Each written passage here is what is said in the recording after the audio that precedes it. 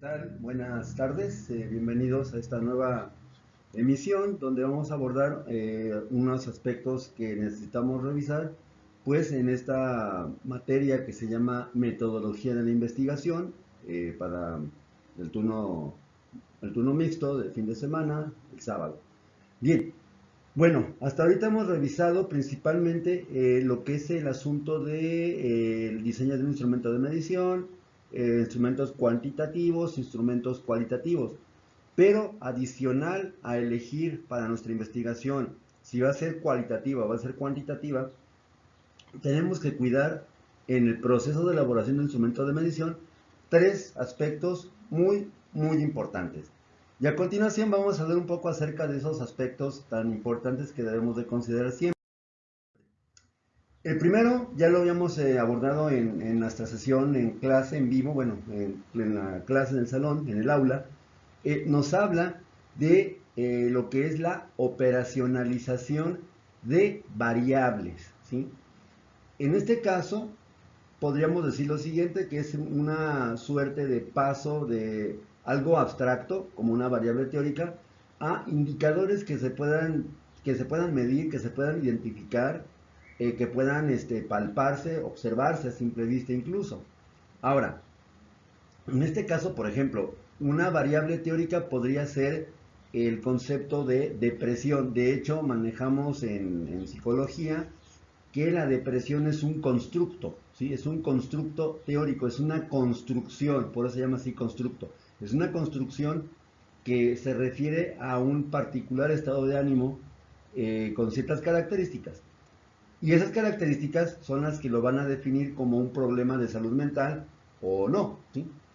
Ahora, esa variable teórica tendría que definirse primero conceptualmente. ¿Qué significa conceptualmente? Como lo hemos señalado en clase, significa traducirlo, la definición, bueno, la variable, traducirla según algún texto de algún autor específico. Generalmente, por ejemplo, en el caso de los psicólogos, podemos usar el DSM-5, algún autor que haya hablado acerca de depresión, Aaron Beck, etcétera, ¿no? Cualquier autor teórico que haya abordado esta temática, eso nos va a servir para definirla conceptualmente. Pero más importante va a ser llevarlo a la operacionalización, es decir, ok, tenemos el constructo de depresión, que se define por un descenso del estado de ánimo o un trastorno del estado de ánimo que tiene una repercusión clínicamente significativa en diversas áreas de la vida del paciente, por ejemplo en la laboral, en lo académico, en lo familiar y en lo social, y en lo interpersonal, bueno, en lo social.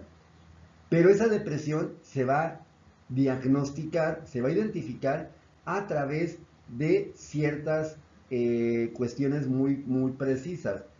Que si, por ejemplo, nuestro paciente ya no se baña, o sea, pierde así como interés en el... Si antes a lo mejor, supongamos que es una chica o una mujer, si antes a lo mejor baño diario, cepillado de cabello, maquillaje, cambios de ropa, etcétera, etcétera, ahora ya no lo va a hacer. ¿Eso se puede evidenciar? Sí, sí podemos evidenciarlo. Número dos, una pérdida del apetito. Antes igual comía sus tres comidas, o bueno, las comidas que regularmente solía hacer, y ahora ya no, ¿sí? También un estado de ánimo inusualmente triste, es decir, una persona que finalmente en el lenguaje verbal, en lenguaje no verbal, denota que está triste, es que me siento muy mal, no tengo ganas de hacer nada, etcétera, etcétera. Eso es la operacionalización de nuestras variables. Estas variables tienen tres indicadores o tres componentes, más bien tres componentes. El primero que llamamos dimensión, el segundo que son indicadores y el tercero que es relativo al instrumento de medición que se llaman ítems. Vamos a abordar uno por uno. En el caso de la dimensión, dice por acá la definición que hace referencia a aspectos o facetas específicas del concepto que queremos investigar. Ok, ¿qué de todo lo que es depresión quieres abordar en tu instrumento de medición? Solamente los aspectos psicológicos, emocionales, lo de la tristeza, lo de falta de energía, lo de apatía, a lo mejor qué tanto quieres abordar la repercusión a un nivel conductual, personas que a lo mejor ya no tienen fuerzas para hacer nada, dejan de ser productivas, dejan de ir a trabajar, o se ausentan demasiado y hasta el punto que pues, finalmente las empresas los van a dar de baja. A lo mejor si es estudiante, que tanto de repente hay un descenso así dramático realmente sobre lo que son sus calificaciones. Esas serían las dimensiones. ¿Qué específicamente quiero abordar? De manera general, una sugerencia, esto es a título personal, ya cada quien lo podría definir. Yo sugeriría no querer abarcar tantas dimensiones de un constructo teórico, de una variable teórica, porque el problema es que a mayor cantidad de dimensiones o de facetas específicas, obviamente el instrumento de medición va a tener que contener varios indicadores y varios ítems o preguntas o reactivos que aborden cada dimensión específica. Por eso es que yo recomendaría que a lo mejor al principio de este camino que es la investigación, pues nos aboquemos nada más a una sola dimensión. Por ejemplo, aquí hay un ejemplo muy claro, las dimensiones del concepto violencia de género, ¿sí? Ese tipo de violencia que se ejerce contra hombres, contra mujeres, ¿sí? Incluyendo pues la homofobia, ¿no? Dentro de ese constructo, que es de la violencia de género, podemos hablar de dimensiones tales como el tipo de violencia, si es física, si es verbal, si es psicológica, si es sexual, si es económica o si es laboral. Esas son las dimensiones que puede tener nada más esta variable que es la violencia de género. Agente de la violencia, ¿quién la ejerce? El Estado, bueno, el gobierno, las autoridades, particulares, familiares, compañeros de trabajo, que lo cual pasaría a ser acoso laboral, sería acoso sexual laboral, etcétera. ¿Dónde se da, en qué ámbito social se va a dar esta violencia? Que por ejemplo podría ser en la casa, en el trabajo, en la escuela, en vía pública, en organismos públicos, en prestadores de servicios públicos, etcétera. Eso serán en el ámbito social. Y por último, otra dimensión más podría ser el tipo de consecuencias que tiene, ¿sí? ¿En qué afecta? En lo laboral, en lo económico, en lo emocional, en lo fisiológico, bueno, en lo físico más bien, en la generación de estrés, etcétera. Repito, dice aquí el texto, ¿no? Dimensiones del concepto violencia de género. Esto de concepto de violencia de género va a ser nuestra variable de investigación. Esa variable de investigación, como decía por acá, la tenemos que operacionalizar, ¿sí? Y lo vamos a hacer, pues, justamente seleccionando algunas dimensiones que podríamos abarcar en un instrumento de medición. Bien, después tendríamos que continuar con la construcción de nuestro instrumento de medición, hablando de lo que son los indicadores. ¿Qué son los indicadores? No es otra cosa más que la cuantificación, repito, la cuantificación de las dimensiones anteriores y obviamente pues construir, como dice por acá, métricas precisas. Esto de las métricas precisas se va a referir, por ejemplo, a indicadores tangibles. Bueno, en este caso, para entender un poquito mejor esto de la métrica precisa, dice por acá abajo la definición, características observables, repetimos o repito, un indicador tiene que ser observable. ¿Cómo podemos evidenciar, por ejemplo, la violencia física? Golpes, golpes, patadas, pellizcos, mordiscos, fajazos, quemadas, bueno, quemaduras, fracturas de huesos, desgarros, etcétera, etcétera, hematomas. Bueno, en este caso, estas lamentablemente, tristemente, manifestaciones de la violencia, indicadores de violencia, se pueden cuantificar, sí. ¿En qué sentido? ¿Cuánto tiempo tarda esa lesión en sanar? Uno. Dos. ¿Con qué frecuencia se lleva a cabo la conducta violenta hacia la víctima? Ahí estamos hablando de tiempo, veces, frecuencia e intensidad, hablando de cuánto tiempo tarda en sanar. Esos son los indicadores y lógicamente tenemos que ser muy precisos al momento de buscar operacionalizarlos. ¿Qué significa esto llevado a la práctica en la construcción de un instrumento de medición? Pues básicamente que este indicador tendría que estar expresado o reflejado en una pregunta. Por ejemplo, se me ocurre, para lo que es el indicador de violencia física, ¿cuántas veces a la semana tu pareja, bueno, o el agresor, no por tu pareja, cuántas veces a la semana el agresor ejerce violencia física contra ti? No, pues que a lo mejor una vez a la semana, 2 veces a la semana, diario, 3 o 4 veces por día. Ahí estamos hablando de frecuencia. Otra pregunta que podría reflejar un indicador de violencia física: ¿con qué objeto o con qué instrumento te lesiona? No sé, fajo, un cable, un cinto, no sé, un objeto contundente, un objeto punzocortante, etcétera. Entonces, a lo que quiero que se entienda en esta exposición, pues es precisamente lo delicado que puede ser abordar indicadores. Lógicamente, estos indicadores se van a transformar, como lo vamos a ver a continuación, en lo que son los ítems, que serían preguntas, reactivos, donde vamos a tener que reflejar tanto los indicadores como las dimensiones. Dicho de otra forma, el ítem es lo que el sujeto, nuestro sujeto de investigación, va a leer en el instrumento. O nosotros vamos a leer y nos va a responder. Si, por ejemplo, si fuese una entrevista, supongamos, de corte cualitativa, ¿vale? Dice por acá, los ítems son conjuntos de valores o estados que pueden adoptar una variable, son mutuamente exclusivos, no deben solaparse. ¿Qué significa esto? Ok, no puede haber en un mismo instrumento de medición una pregunta o un reactivo que evalúe lo mismo, porque entonces ahí estamos hablando que están solapando, ¿sí?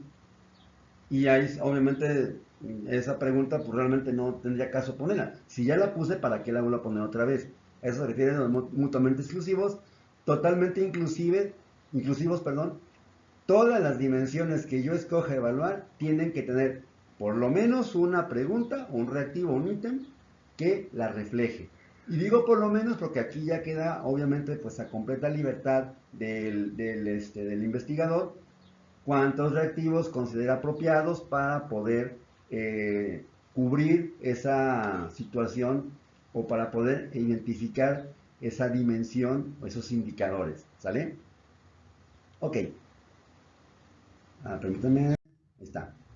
Ahí tenemos el primer, digamos, aspecto que es necesario considerar. Como vemos, teóricamente, pues es algo bastante sencillo de entender. Bueno, lo considero yo así.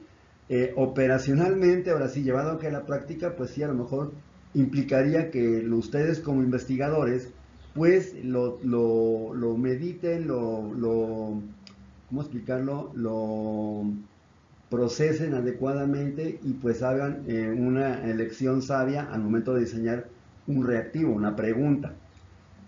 Pero bueno, ahora, tenemos algo que se llama también, está marcado con el número 2, que es la codificación. Alguien dijo una vez, obviamente es asignar un código a esos ítems, a esas preguntas.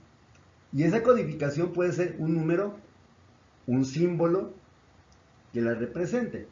Hablando de esto, en clase veíamos la jornada anterior, la sesión anterior, hablamos de, por ejemplo, las escalas de tipo Likert, donde la pregunta es, bueno, el reactivo es, el tronco del reactivo sería: una madre siempre debe darle todo a sus hijos. Esos serían el ítem.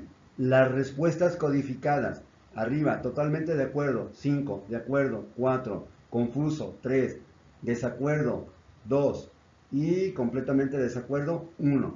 Ahí estamos haciendo una codificación. Y la codificación es sumamente importante porque a través de ella vamos a tener la oportunidad de calificar nuestro instrumento, en este caso específico, cuantitativo, ¿sí? Obviamente, cada pregunta, cada reactivo va a tener que estar diseñado considerando, siguiendo los lineamientos que acabo de dar anteriormente. ¿Sale? Esa es la codificación. Ahora, esta codificación, por ejemplo, aquí tenemos algo muy sencillo para entenderle. Bueno, puede ser que estamos haciendo un instrumento, una encuesta para ver en qué género, por ejemplo, se manifiesta más la conducta adictiva a los teléfonos celulares. ¿Sí? Y bueno, lógicamente, aquí hay dos categorías, masculino y femenino. Cuando hablamos de género, señores, no hablamos de orientación o preferencia erótico-afectiva. No, eso es aparte. ¿Eres masculino o eres femenino? Punto. ¿Sí? Y bueno, en este caso, si nuestra investigación es precisamente determinar quién, hombres o mujeres, tienen más apego, más adicción al teléfono celular o a la tecnología, bueno, puede ser que a lo mejor codifique de la siguiente manera: femenino 1, masculino 2. Ese valor se va a transformar en un puntaje al final, ¿sí? Esto ya sería después de hacer todo el instrumento, diseñarlo, testearlo para ver la confiabilidad, la validez, etcétera, etcétera. Y después finalmente calificarlo para ya dar un puntaje, un resultado. Ya después con esos resultados, pues ya el paso siguiente sería hacer un tratamiento estadístico de la información, pues para ver si nuestra hipótesis de investigación, perdón, se va a aprobar o se va a rechazar. Pero va a ser importante siempre codificar. Aquí tenemos este ejemplo. Tenemos otra forma de codificar. Supongamos que estamos haciendo una investigación para sondear sentimientos referidos por pacientes ante el diagnóstico de VIH. Es decir, yo voy a un centro de salud o a una institución, ya sea pública o privada, a pedir que me hagan una prueba de VIH porque tengo alguna inquietud, alguna duda, me entró la culpa, ansiedad, qué sé yo. Y bueno, me dan un diagnóstico positivo. Si es negativo, pues obviamente aquí sería básicamente ese instrumento, bueno, esa respuesta de esa persona o ese caso no me serviría, porque estoy hablando que estoy buscando sondear los sentimientos que refieren pacientes ante diagnóstico positivo de VIH, ¿sí? Es decir, los negativos no me sirven, ¿por qué? Porque, bueno, ok, no van a experimentar ninguno de estos, por esa sencilla razón. Bueno, en este caso, por ejemplo, podemos codificar el enojo con una puntuación, una codificación de 5, la tristeza con una codificación o puntuación de 4, temor 3, desesperanza 2, soledad 1. Estas codificaciones, repito, como decía por acá anteriormente en la definición, nos van a ayudar a hacer lo que es la calificación del instrumento. Entonces, esa es la codificación. Cuando codificamos, bueno, ok, en dos momentos. Puede ser a priori, es decir, antes de todo. O sea, yo ya sé cuando diseño un instrumento de medición durante el proceso de elaboración, yo ya sé cuánto valen las respuestas, ¿sí? Porque de hecho yo lo estoy haciendo, por esa sencilla razón. Y eso es lo que yo quiero que valgan las preguntas, respuestas que nos da el paciente, o el encuestado, el investigado. Pero puede ser que después haga la codificación a posteriori. Es un término, no estoy bien seguro si existe o no, pero bueno, es un término que yo uso para definir después de, posteriormente. En este caso, ok, hago el instrumento, no codifico nada todavía, ya sobre la marcha voy codificando las respuestas. Ojo, aquí en una codificación, perdón, una codificación a posteriori o una codificación después podría ser no muy objetiva, porque de hecho podría haber un sesgo, lo hay, en cuanto a que, bueno, es que si tengo más hombres que mujeres con resultados de enojo ante el diagnóstico de VIH, bueno, voy a hacer que el género masculino valga más, a lo mejor valga 2. Al contrario, si tengo más mujeres va a valer 2 y hombres 1. Aquí ya hay un sesgo, ¿sí? Por lo tanto, una recomendación, me parece que la hace Roberto Sampieri, referente en lo que es enseñanza de metodología de investigación. ¿Es necesario codificar para un análisis cuantitativo? Sí, es completamente indispensable hacerlo, y de preferencia a priori, es decir, antes de, porque de eso va a depender los sistemas de calificación que yo diseñe o que yo construya para mi instrumento de medición. Por tanto, tengo que hacerlo pues antes de. Y otro punto importante, durante lo que es la codificación, algo necesariamente que se debe de hacer es indicar el nivel de medición, y ese nivel de medición sería el siguiente aspecto que vamos a abordar. Ya llevamos dos entonces. Primero, lo que es la operacionalización. Después lo que es la codificación, y el tercero sería pues precisamente lo que es la parte que veíamos ahorita anteriormente. Bien, por ejemplo, una pregunta precodificada en un instrumento ya físico. ¿Tiene usted novia? 1, sí. 2, no. El sujeto ya sabe automáticamente que si le pone que sí, tacha la respuesta o pone una marca, un óvalo, rellena como sea, vale un punto. Si le pone que no, vale 2 puntos. Puede ser que esa pregunta precodificada yo la tenga en un instrumento original, que podría decirlo como un machote, ¿sí? Por así como ¿cómo se llama? Un borrador, el instrumento original ya calificado con los valores ya. Pero en la versión en la versión que yo le doy al sujeto para que la conteste, vendría como está en el lado derecho de su pantalla, una pregunta no codificada. ¿Tiene usted novia? ¿Sí o no? Si le pone que sí, ¿cuánto vale? Según la precodificación, 1. Si le pone que no, ¿cuánto vale? Según la precodificación, no. Lo único que cambia aquí es que en este cuadrito no estoy marcando cuánto vale mi pregunta. ¿Sale? Como decía ahorita, el tercer elemento va a ser el nivel de medición. Y este es particularmente importante porque obviamente solamente se pueden hacer cálculos estadísticos con niveles de medición numéricas, con aspectos numéricos. Vamos a explicar un poquito esto a continuación. Bueno, medición nominal, ¿sí?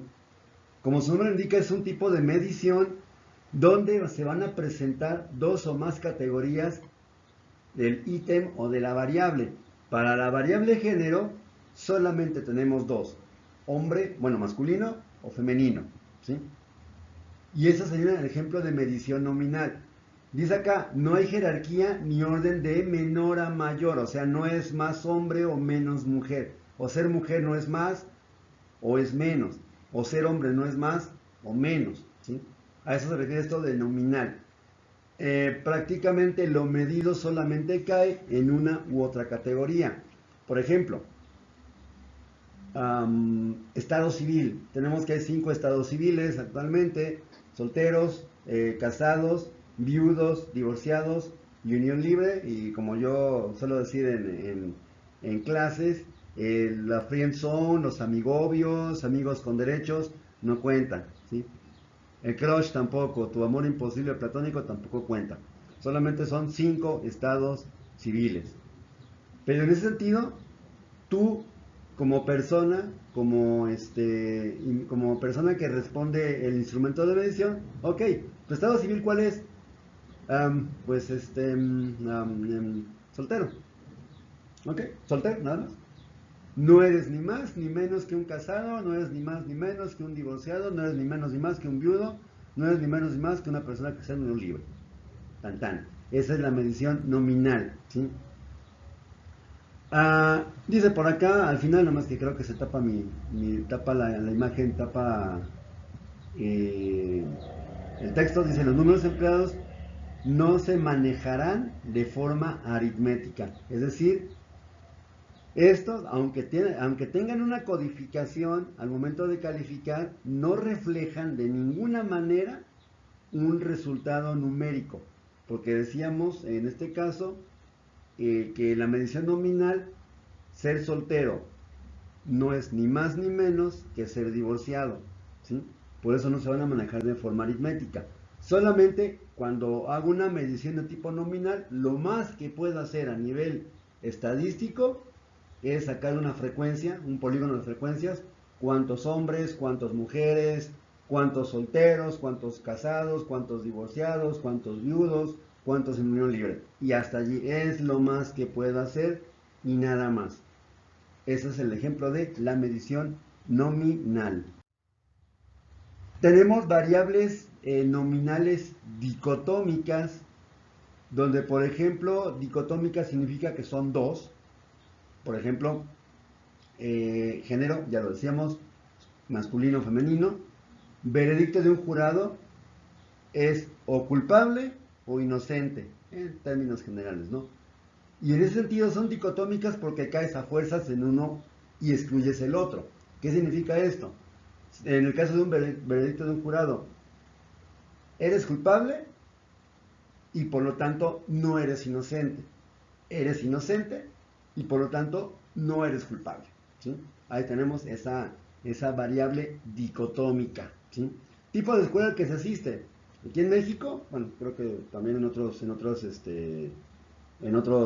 países tal vez, está lo que es escuelas públicas, están financiadas o auspiciadas por nuestros gobiernos, y escuelas privadas, que en este caso son particulares que tienen una licencia por parte del gobierno, de su respectivo organismo que administra la educación, para funcionar como tal, que son escuelas privadas, colegios, etcétera, ¿no? Entonces aquí, o asistes a una escuela pública o asistes a una escuela privada. De repente, no, bueno, pero es que, oiga, pues sí, en la mañana voy a clases a la escuela pública, pero en la tarde asisto a cursos de, no sé, ballet, de ajedrez, guitarra, canto, instrumentos musicales, qué sé yo, a un colegio. Ok, sí, pero finalmente cuando estás en una escuela pública, ¿sí? Y a lo mejor en la pregunta que se te hace, mencionen qué tipo de escuela estudias, pública o privada, punto. ¿Sí? Y cuando hablamos de escuela estudias se refiere en la escuela que te da el grado académico, por ejemplo, ya sea educación primaria, educación secundaria, bachillerato preparatoria y carrera superior, o nivel superior o licenciaturas en México. ¿Sí? No conozco, pues a lo mejor otros grados jerárquicos, creo que se maneja diferente en los países, pero bueno, ahí está. Ese sería el tipo de escuela al que asistes.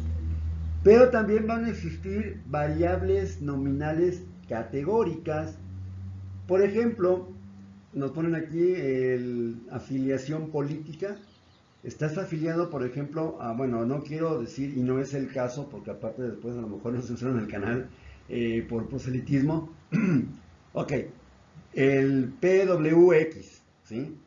A ese partido pertenezco. Otro sujeto puede decir, yo pertenezco al HKT, ¿sí? Otro puede decir, yo pertenezco al ABJ, yo pertenezco al partido X, Y y Z, ¿sí? En esta ocasión, esa variable de afiliación política tiene diferentes categorías, ¿sí? Pero siguen siendo nominales, hay que ver eso.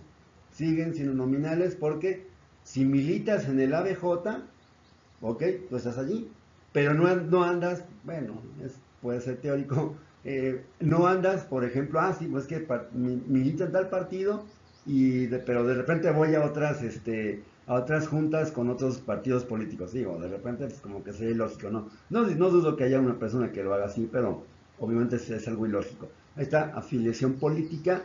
Tenemos el otro que es el asunto de la licenciatura elegida, o estudias psicología, o estudias pedagogía, o estudias derecho, o estudias paramédico, cirujano y partero, o estudias para nutriólogo, enfermero, qué sé yo. ¿Sí? Eso también serían variables nominales categóricas. Y como decíamos anteriormente, el sujeto va a caer en cualquiera de esas. Luego, origen étnico, no sé, eres huichol, eres tarahumara, eres cora, eres maya, eres tzotzil, eres tzetzal, etcétera.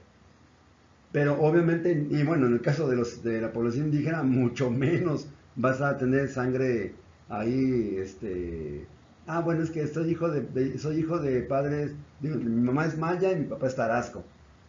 ¿Y yo qué soy? Pues quién sabe, ¿no? Bueno, en este caso caes en una categoría específica, ¿no? Medicamentos suministrados, un ejemplo muy sencillo. Toma, a lo mejor tu psiquiatra te recetó antidepresivos, o te recetó ansiolíticos, o te recetó analgésicos, o te recetó antipsicóticos, qué sé yo, ¿sí?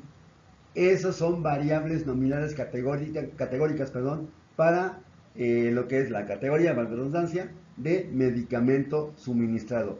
Y repito, ¿qué es lo que va a contestar nuestra persona? Nada más a cuál es el que pertenece, cuál es el medicamento que toma. Yo creo que hasta ahorita consideramos que las variables nominales son las más sencillas de calificar o procesar, ¿sí? Ok, porque repito, nada más caes en una o en otra. Donde vamos a tener tal vez a lo mejor un poquito de problemas serían en la medición ordinal. Solo para explicarlo o para recordarlo, cuando hablamos de ordinal nos referimos a orden. Igual puede ser que haya varias categorías, pero en este caso va a haber algo muy importante que es orden de mayor a menor o de menor a mayor, y hay una jerarquía, ¿sí? Olvidémonos ahorita de lo que está en amarillo. En una medición ordinal ya hay varias categorías, hay una secuencia de orden y hay una jerarquía. Algo muy sencillo, vamos a ver a continuación el ejemplo. Vamos pensando que esto que tenemos aquí en pantalla es un organigrama. Pues el presidente es el que está hasta mero arriba, es el que tiene el número 10, porque es el puesto más alto, ¿sí? Sin embargo, nuestra personita que trabaja en intendencia tiene el número 1 porque es el puesto más bajo. ¿Hay orden? Sí, porque entre el 10 y el 1 hay 2, 3, 4, 5, 6, 7, 8 y 9. ¿Sí? Donde cada renglón de la gráfica, por ejemplo, va a representar una jerarquía, una categoría. ¿Sí? Entonces, si yo soy director general de lo que sea, yo estoy en la categoría número 10. Si yo soy superintendente o capataz o supervisor de personal, pues estoy en la categoría 6. Entre el director general y el superintendente, el que tiene mayor jerarquía es el director general, porque así lo especifica esa jerarquía que está dada en ese organigrama. Entre otras cosas, hablando en plano laboral, obviamente también esto de la verticalidad del organigrama también nos refiere a la autoridad que tiene sobre un trabajador o sobre una persona, pues ese puesto. En este caso, pues obviamente el presidente tiene bajo su control a todos los demás puestos. En el caso del trabajador que está en intendencia, bueno, no tiene la posibilidad de tener autoridad, no tiene poder para mandar y esperar que se obedezca a otras personas. Ojo, que se sienta que tiene poder es otra cosa completamente diferente, ahorita no viene al caso, pero esa es otra historia, ¿sí? Bien, ahí tenemos entonces la medición ordinal. Medición por rangos, ¿sí? Hablando, por ejemplo, de bueno, un ejercicio que se hizo en la universidad, en otra materia, donde estábamos sacando lo que son los índices de masa corporal. Pues obviamente hablamos y los niveles de nutrición o estado nutricional. Pues hay personas que estaban desnutridas, hay personas que estaban en su peso ideal, personas que estaban con sobrepeso y personas que estaban con obesidad mórbida, ¿sí? Ahí también estamos hablando de una medicina ordinal. ¿Por qué? Porque obviamente el que está más sano es el que tiene un peso normal, ¿sí? El que tiene a lo mejor, hay jerarquía también, el que está bajo de su peso, pues, lógicamente no está en un peso idóneo, ¿sí? Aunque en este caso específico de lo que es el índice de masa corporal, sí tenemos que ser muy cuidadosos porque podríamos pensar equivocadamente que la persona que tiene sobrepeso, un saludo para el gato, la persona que tiene sobrepeso es más sana y no es así. Pero bueno, para que se entienda un poquito, pues esa es una medición por rangos, ¿no?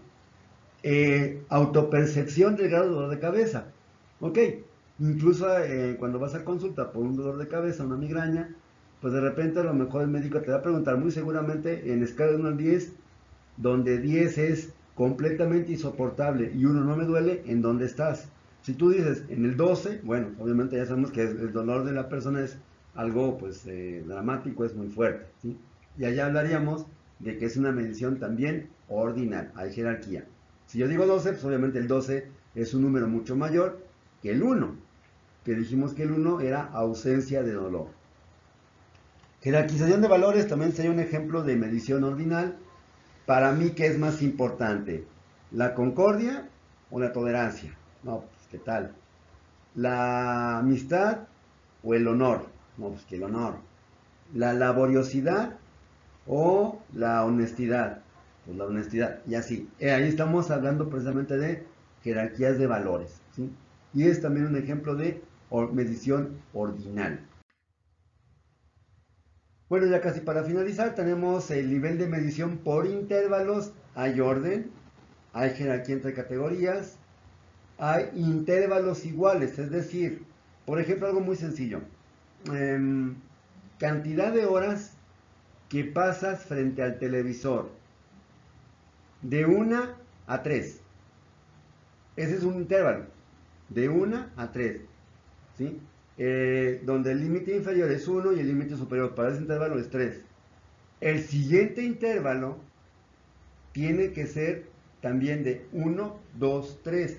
Pero no va a empezar en el 3, va a empezar en el 4, 5, 6. O sea, sería el primer intervalo sería 1, 2, 3. Segundo intervalo, 4, 5, 6. Los dos intervalos miden exactamente lo mismo, ¿sí? Luego dice por acá que hay una unidad de medida, horas en este caso, y un cero arbitrario. A lo mejor puede ser que un sujeto vea solamente media hora. Bueno, no está marcado como límite inferior en ninguno de los intervalos. Entonces, por lo tanto, sería un cero arbitrario, ¿sí? Puede ser que vea 45 minutos, es más, puede ser que vea 59 minutos 59 segundos y cuando va a cambiar el reloj, la apaga. Bueno, nos guste o no, no vio una hora completa, nos guste o no. Es una exageración obviamente, pero bueno, así se manejan los intervalos. Aquí lo importante es entender que en la medición por intervalos hay categorías, hay orden y los intervalos tienen que ser iguales, ¿sale? Bien. Otro ejemplo, por ejemplo, número de respuestas correctas en una prueba de matemáticas, ¿sí? Hacemos una evaluación de conocimientos matemáticos generales en el grupo. Vamos a poner preguntas de álgebra, preguntas de cálculo diferencial, cálculo integral, preguntas de trigonometría, preguntas de geometría, preguntas de estadística, etc. ¿Sí? En este caso, hablaríamos de que habrá personas que tengan entre 20 y 30 respuestas correctas. Habrá personas que tengan entre 31 y 50 respuestas correctas. Habrá personas que tengan entre 51 y 70 respuestas correctas. Ahí están los intervalos, ahí están las jerarquías. Obviamente, hay quien tiene menos y hay quien tiene más. Y ahí está otra vez esa condición que decíamos ahorita, que acabamos de decir, sobre la medición de intervalo, ¿sí?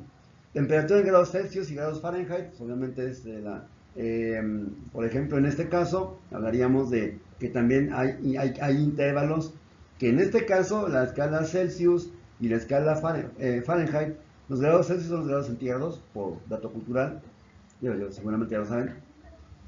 En este caso, estas mediciones de temperatura, bueno, hablan de que en la escala Celsius o centígrada, el agua se congela a los 0 grados. Pero si la comparamos la escala de Celsius con la escala Fahrenheit, encontramos que hay intervalos desiguales. Es decir, tendría que ser, en teoría, el agua se congela a los 0 grados. Sí, pero en la escala centígrada. En la escala Fahrenheit, cuando la comparamos con la Celsius, el 0 está movido, ¿sí? Y entonces tenemos que finalmente no cuadran o no coinciden. Ahí estamos hablando de un cero arbitrario. Cada escala, cada autor, tanto Celsius como Fahrenheit, lo pusieron en su respectiva escala. Un ejemplo también de esto, ya un poquito más acorde con lo que es psicología y pedagogía, serían los rangos de CI. Tenemos un CI de Terman, un CI de Weinert, tenemos un CI de Wechsler, que son diferentes medidas de CI, pero que no coinciden las tres. Cuando las superponemos, las ponemos juntas, no coinciden. Para empezar, porque son instrumentos diferentes, no miden lo mismo. Aunque también arrojen un resultado que se llama CI, no miden lo mismo, ¿sí? Eso sería lo que es la escala, el nivel de medición por intervalos. Y el último es el nivel de medición por razón, que en este caso va a ser exactamente igual que el anterior, pero en este caso sí hay un cero real y absoluto, no es a donde yo lo quiera poner, por convención social o por cuestiones de autores. Dice por acá el texto, hay un punto en la escala donde está ausente o no existe la propiedad medida. Para entenderle un poquito la medición por razón, vamos a ver el siguiente ejemplo. Medición de la exposición a la televisión en minutos. Puede ser que yo vea 30 minutos, 50 minutos, 60 minutos, 120 minutos, etc. Pero puede ser que yo no vea que yo vea televisión, que no lo vea, perdón. Puede ser que yo no vea televisión, son 0 minutos, ¿sí? Yo no digo, es que medio veo televisión. O la ves o no la ves, punto. ¿Sí? Es una medición por razón. Número de hijos. Bueno, aquí de repente alguien dijo, bueno, pues quién sabe, ¿no? Digo, ella dice que es mi hijo, yo no sé. Bueno, ok, descontando ese chiste. Número de hijos. No tienes medios hijos, o sea, la mitad de un hijo, un cuarto de hijo. Tienes hijos completos, o no los tienes, ¿sí? O tienes hijos o no los tienes. Incluso aunque salgan con este chistascarrillo, pues uno quién sabe, ¿no? Ella dice que es mi hijo, pero pues yo creo que no se parece a mí. Independientemente de eso, o tienes o no tienes hijos. Punto. Así de sencillo. Ventas de un producto, ¿por qué es medición de razón? Pues muy sencillo. O vendiste en la quincena tanta cantidad, tanto producto, o no vendiste nada. Así de sencillo. ¿Sí? No vendiste nada, ¿sí? O sea, vendiste 0,100,000 pesos, nada, ¿sí? Obviamente te van a correr, pero bueno, ahí es un ejemplo también de medición por razón. Ingresos, bueno, de repente aquí en México pues los ingresos están así como que medio complicados, pero bueno, o percibiste una cantidad o no la percibiste, es decir, o te pagaron tu salario en la quincena pasada o no te lo pagaron, punto. Si la empresa de repente, bueno, algo muy típico, no, es que pues se nos atoró con los clientes, no llegó el depósito, qué sé yo, ok, independientemente de la razón, en tu cuenta, en tu tarjeta de nómina, o en tu cheque, o en tu sobre de efectivo, no hay nada, están ceros. Por eso los ingresos es un ejemplo también de medición por razón. Hay, repito, un cero absoluto. Es decir, ganaste mucho, y ese mucho pone la cantidad que tú quieras. Ganaste más o menos, que es muy subjetivo, sí, yo lo entiendo, pero ok. Ganaste poquito, o ganaste nada. ¿Hay jerarquías? Sí. ¿Hay rangos? Sí. ¿Hay un cero absoluto? Sí, porque es o ganaste o no ganaste, punto. Presión arterial, bueno, ok. Tenemos la sístole y la diástole, de repente yo lo confieso, no recuerdo ahorita cuáles las unidades de medición de esto, pero o tienes presión arterial o no la tienes. Esa presión arterial, ojo, puede ser alta, se llama hipertensión, puede ser baja, hipotensión.